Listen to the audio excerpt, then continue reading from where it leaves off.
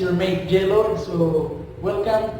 So here we are now, and I will give you a tour to our wheelhouse, to our bridge, container vessel. So come on.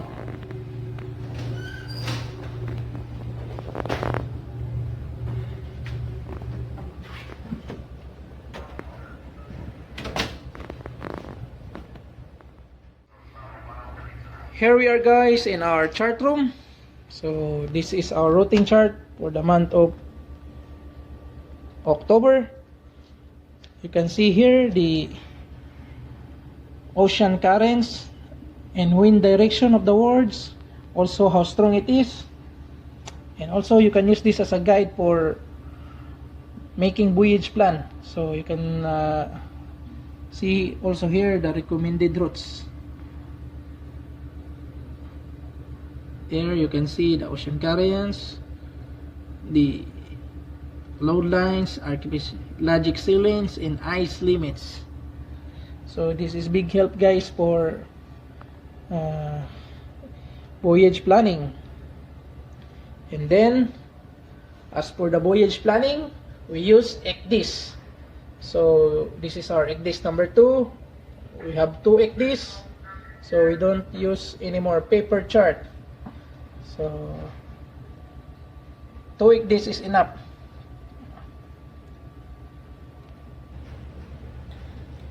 Here in the chart room, you can find the barometer. This one, the barometer.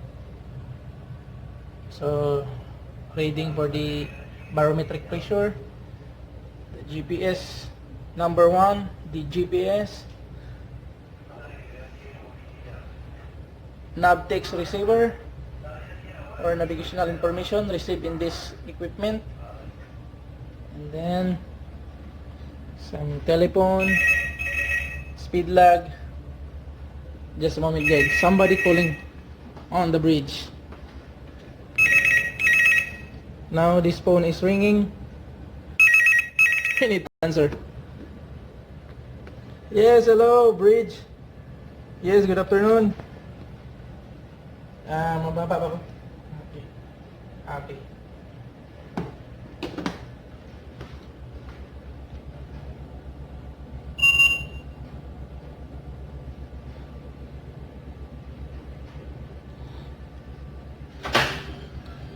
Now I turn the tiller to from 65 to 60 up ahead, and then we will reduce more to 5.3 RPM as for minimum safe RPM, so as we don't need to hurry arrive in our destination, Qingdao, China.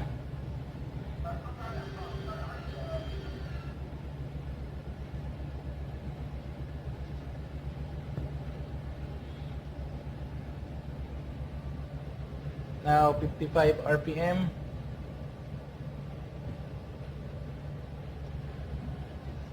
So I can adjust more,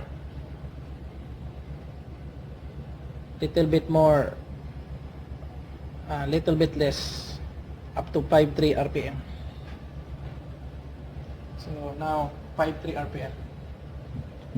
So guys, back to our chart room, what we can find there. So this is the speed lag. So you can see the speed through water. And then you can adjust this one, speed over ground.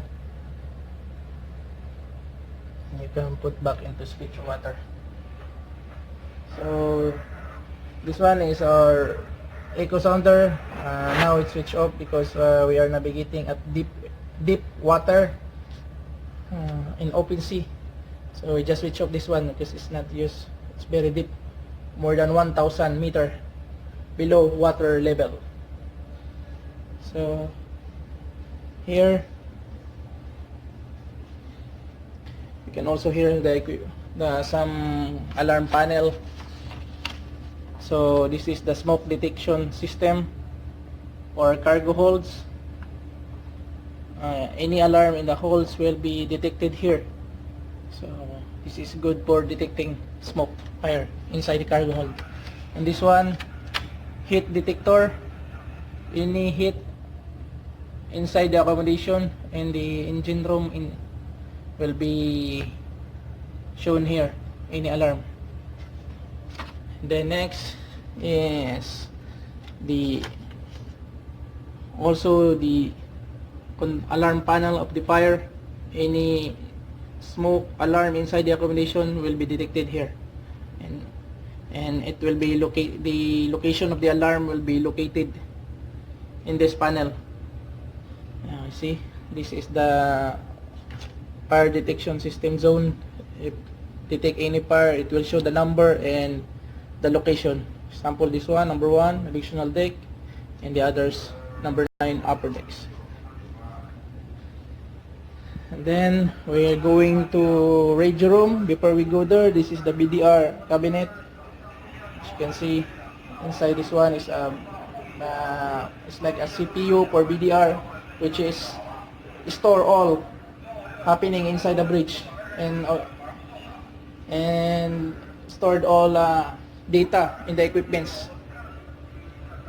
This one, clinometer, and then MFHF DAC. This one, we use this one for tolling vessel in the vicinity and coast station. And here, this is the radio room.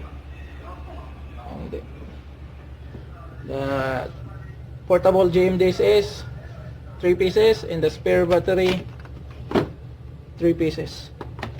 So this is the common computer we use for making any reports, updating any files or anything.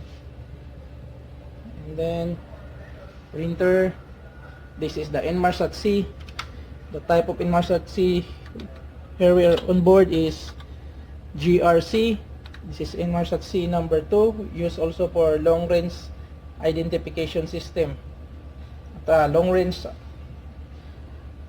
identification and tracking. This is LRIT. Use GRC printer. And then Inmarsat number 1, different types. Litton Marine System, the printer, and the FBB we use for calling. This is a satellite phone. We can communicate anybody on shore or any office. So this is the best way to communicate on shore. And then some clocks, and another common computer with printer. Then some posters on the walls, and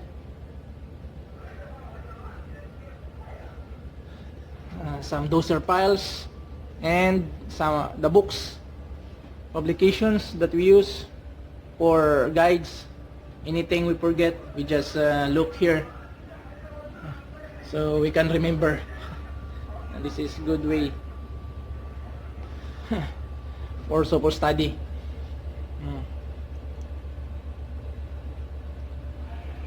Then here we are now, also here in the radio room. We can look at the panel of the BDR. As you can see, it is BDR online, so everything is okay. No any fault.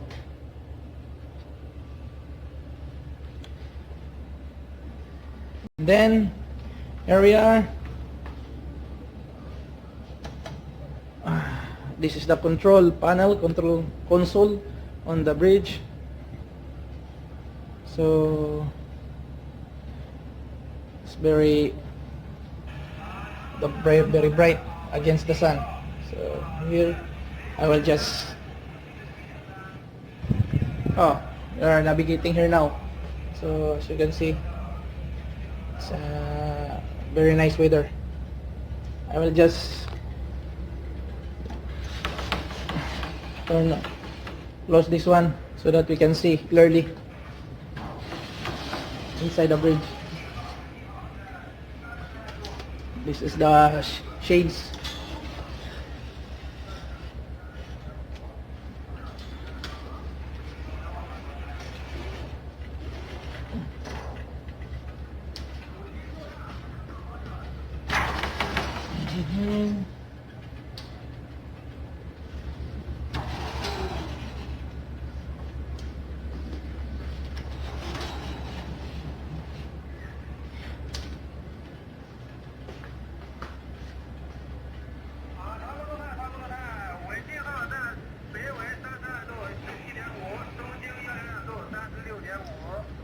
So this is the panel. So here in the console of this very long console panels, we can locate here the control box for the window wiper. This one, window wiper. As you can see there, the window, when you turn that on, it will just like a car. Another one, control box. This is hospital alarm indicator, where you can hear any alarm when somebody in the hospital need you or need any assistance. So this is the watertight door indicator panel. As you can see, some lights is on, so it means that it is open inside the watertight door panels. So watertight doors is open, somebody is working there inside the cargo holes. This is the reset for watch alarm.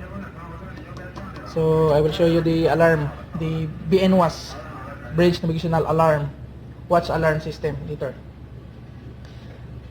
Emergency stop for ventilations, accommodation ventilations, emergency stop for the cargo hold, fans, navigational light control panel.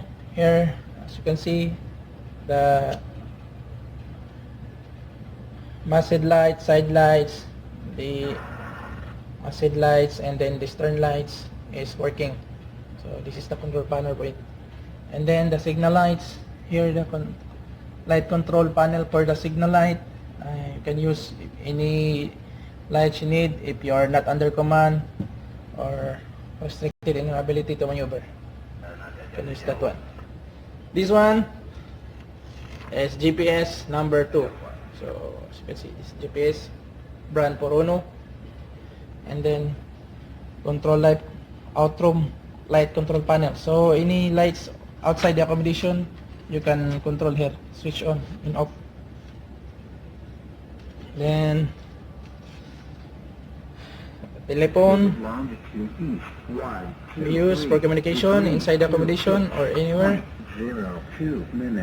EIS, you can see the other ships there, MMSI number and the name and the range and bearing. So this is easily, you can see here easily the data of other vessel.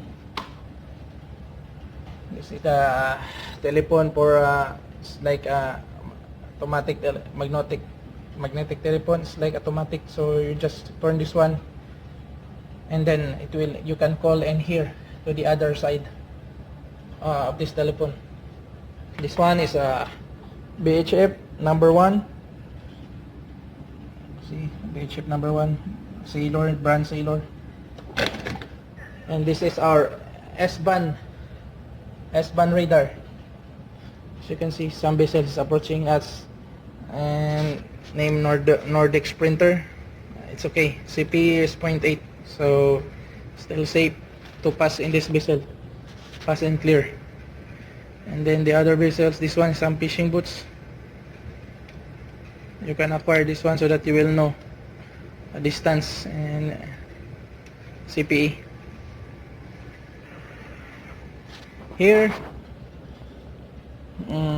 this is the steering wheel used for controlling the ship, but now it's not, we don't use this one for a while because we use now automatic. So now the vessel is in auto mode. You just use this one if somebody is controlling the vessel by hand, used by the helmsman. So the EB will control this one by the command of the master or the pilot. So this is the indicator heading. So we use this one, automatic. We control this one, and then this one 353. You can see, so it will automatically change the heading to 353. The indicator, gyro 1, gyro 2, magnetic, and then steering gear, control. So this one we use only number 1 pump for now, only 1 pump because not necessary use 2. And open C.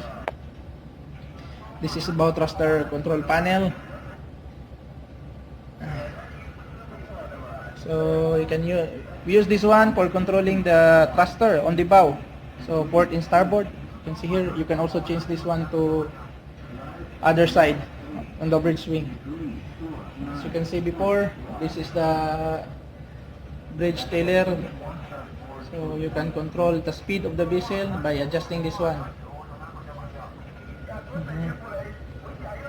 And this is the non-follow-up unit.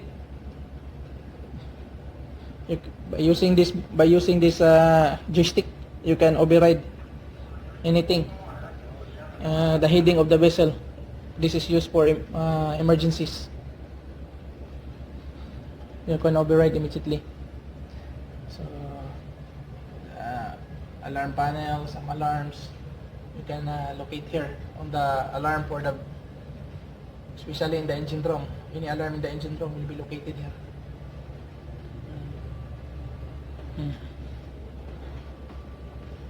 This is the master seat, and that one is for pilot.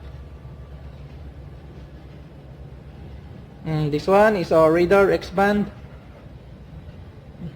Then acquire this vessel. Now it's okay. So all safe to pass and clear. And this is our main ECDIS number 1.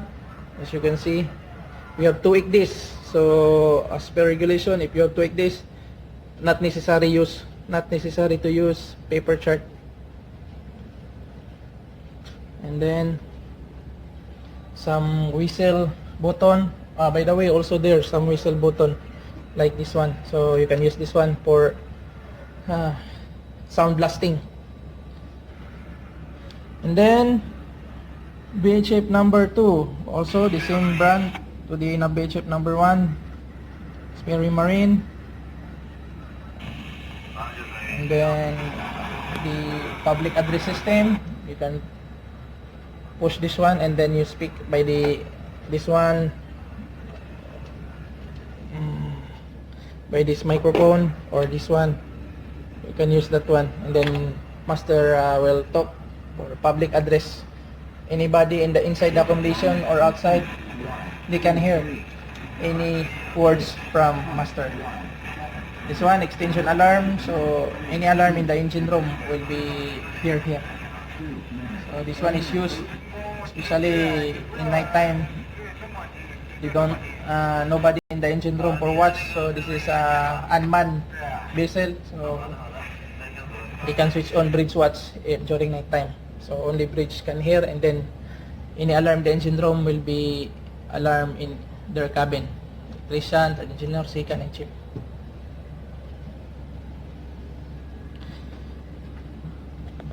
So this is the repair alarm system, indication panel. This is the printer telegraph for the movement of the engine.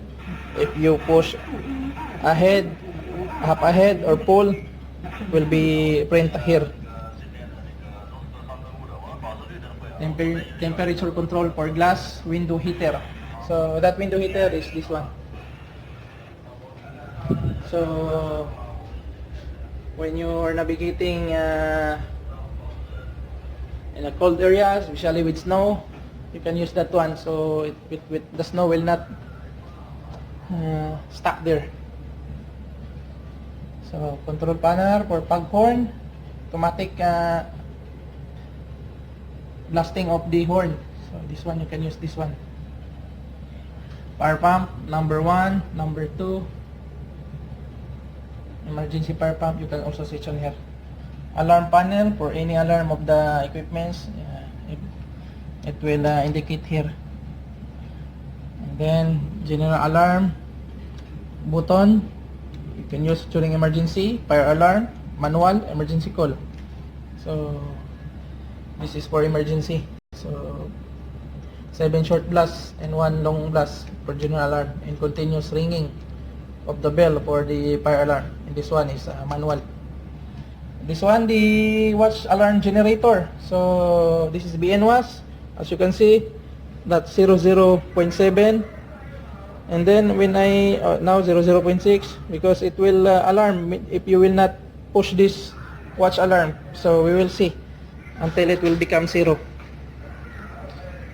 But before that, this one is the remote control panel for cargo hold spans. You can switch on here.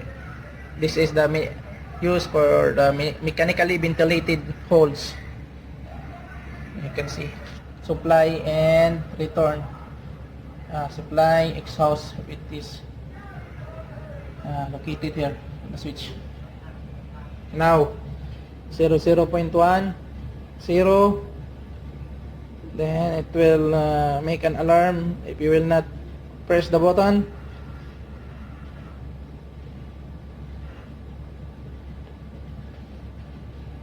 Then just wait, guys.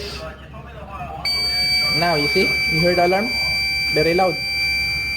And then when you push this button, it will stop and back to 12 minutes. Okay, now back to 12 minutes. So that's it for this panel. And then I can show you here.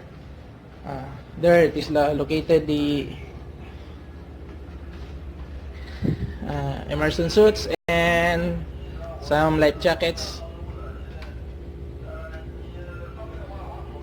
See, let's open this one so that you can also see. It was tied because some yesterday we suffered some rolling. So this is it, the immersion suit and the life jackets.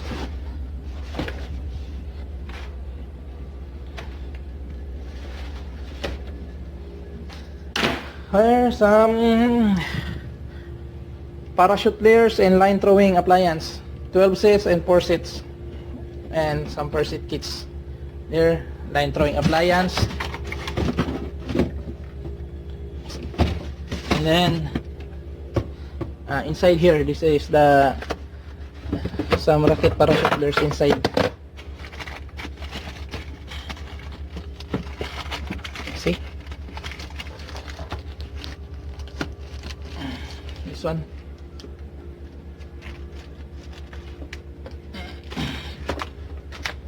See this one. Okay.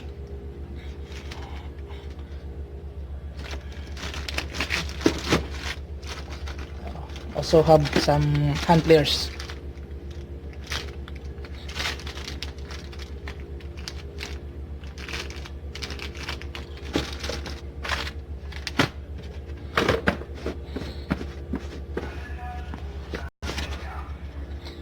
Turn this one, heavy. And then this side, the first aid kit inside.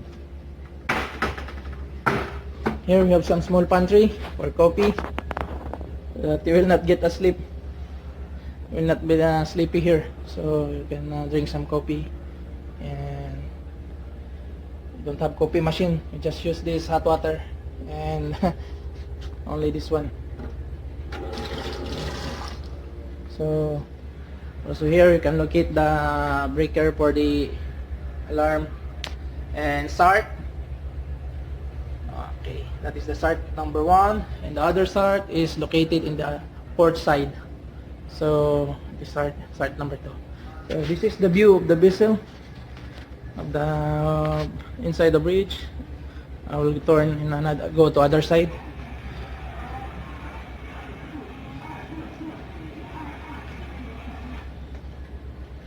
So this is the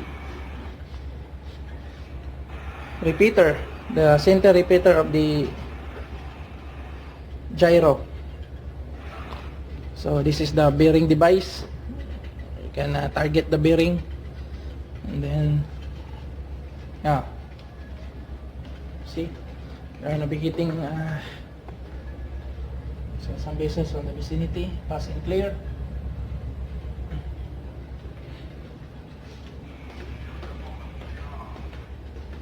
So here at the center top of the bridge, you can see the RPM indicator, rudder indicator, wind indicator, clocks. That is the RPM, rudder indicator, RPM, rudder indicator, wind indicator, the clocks. This one, you can see the speed there, the drip also you can see there, and then the rate of turn. You can see the rate of turn there. And then this one is the rudder indicator, the big one for the helmsman. So we have also this portable aircon here. So we use this also in inverter because it's very hot also here. Aircon is not so good, so we use that one. And then this is the number 2 start. Some dosers public of the company is here, and that one in the location of the dosers for the companies. So this is the view from the other side, from port side, the bridge.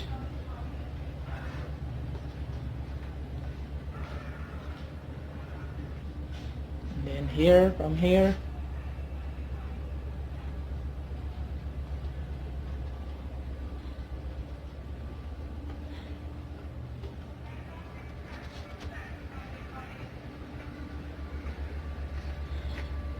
and then here.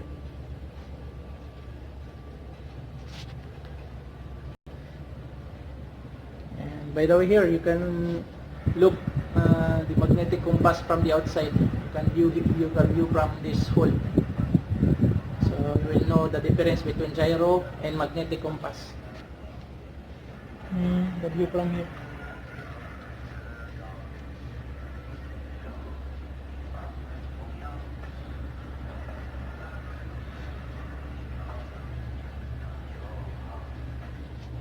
So the gyro number 1 and number 2 is inside this box. If you want to see, I will show you guys what is inside. I'll show you the gyro. So I need the key. This one, the key.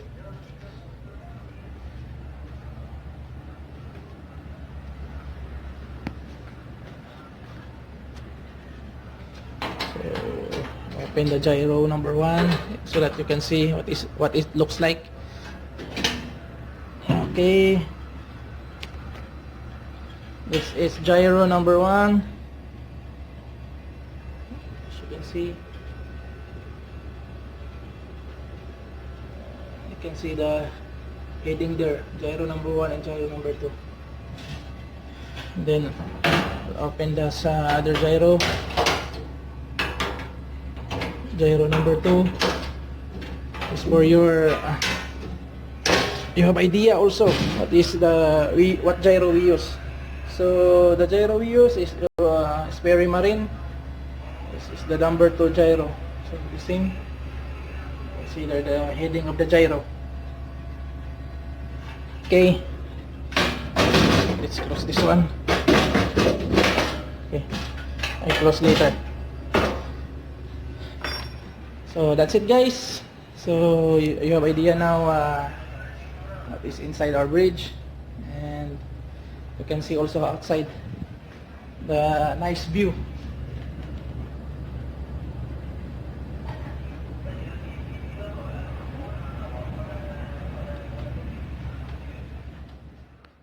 So that's it, guys. So you have idea now what is inside our bridge. This is a container vessel, and then at least if you have some questions of any equipments here on side the bridge, you can comment below, and then don't forget to like, share, subscribe, and hit the notification button so that you can first see the video of any video that I upload. So thanks guys. See you.